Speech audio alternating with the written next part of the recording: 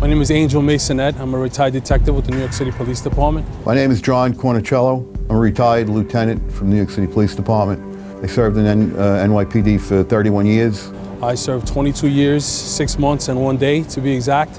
Going out there and doing your job and doing the best you can every day and putting your life on the line and then reading this in the newspaper and seeing what's going on the street, it takes a toll on you. And that's the frustration and the anger that we're seeing today.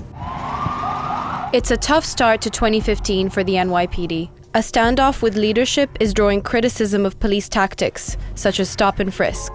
This week, another shooting. You have 2 more NYPD officers.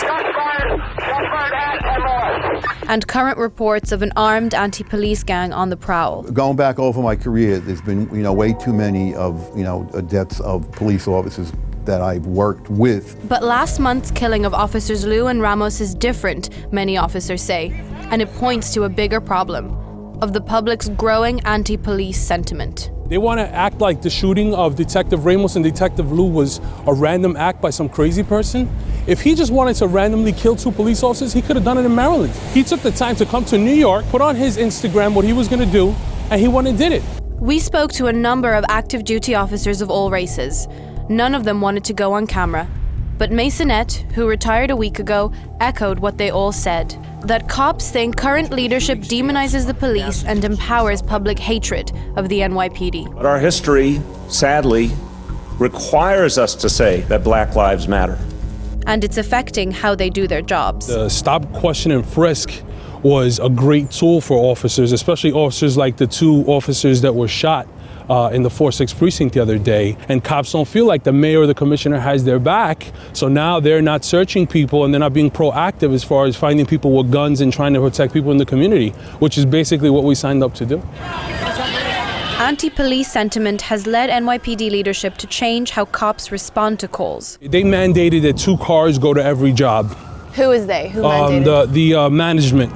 We asked the police department if this was the new official policy, but nobody responded to our request. Now, just normal jobs like bank burglary, alarms, things of that nature, you always have 2 cars at least responding to every job. Instead of 1? Instead of 1, correct. And when did they mandate this? After the assassination of the 2 detectives. Right. And in some precincts, is it true that it's even more cars that are going out? If there's 5 cars available, 5 cars will go. We're never scared. We understand what we signed up for. It's not about being scared. It's about being cautious now. Being extra cautious is now a reality for the NYPD, officers say, until Mayor de Blasio and Commissioner Bratton show more solidarity with the police. The problem is, every mayor, regardless of the labor disputes, have always had our backs when it comes to supporting us when we're doing our job. This mayor does not. Does the commissioner, though? The commissioner does to an extent, but he also is caught in the middle because he has to be a politician. Instead of going to press conferences and posturing and crying crocodile tears and pretending that he's so affected by officers getting hurt or killed, he needs to show. Actions speak louder than words. Police officers we spoke with said they want action like clear public signals that officials know that cops are working in good faith. Inez Novacic, CBS News.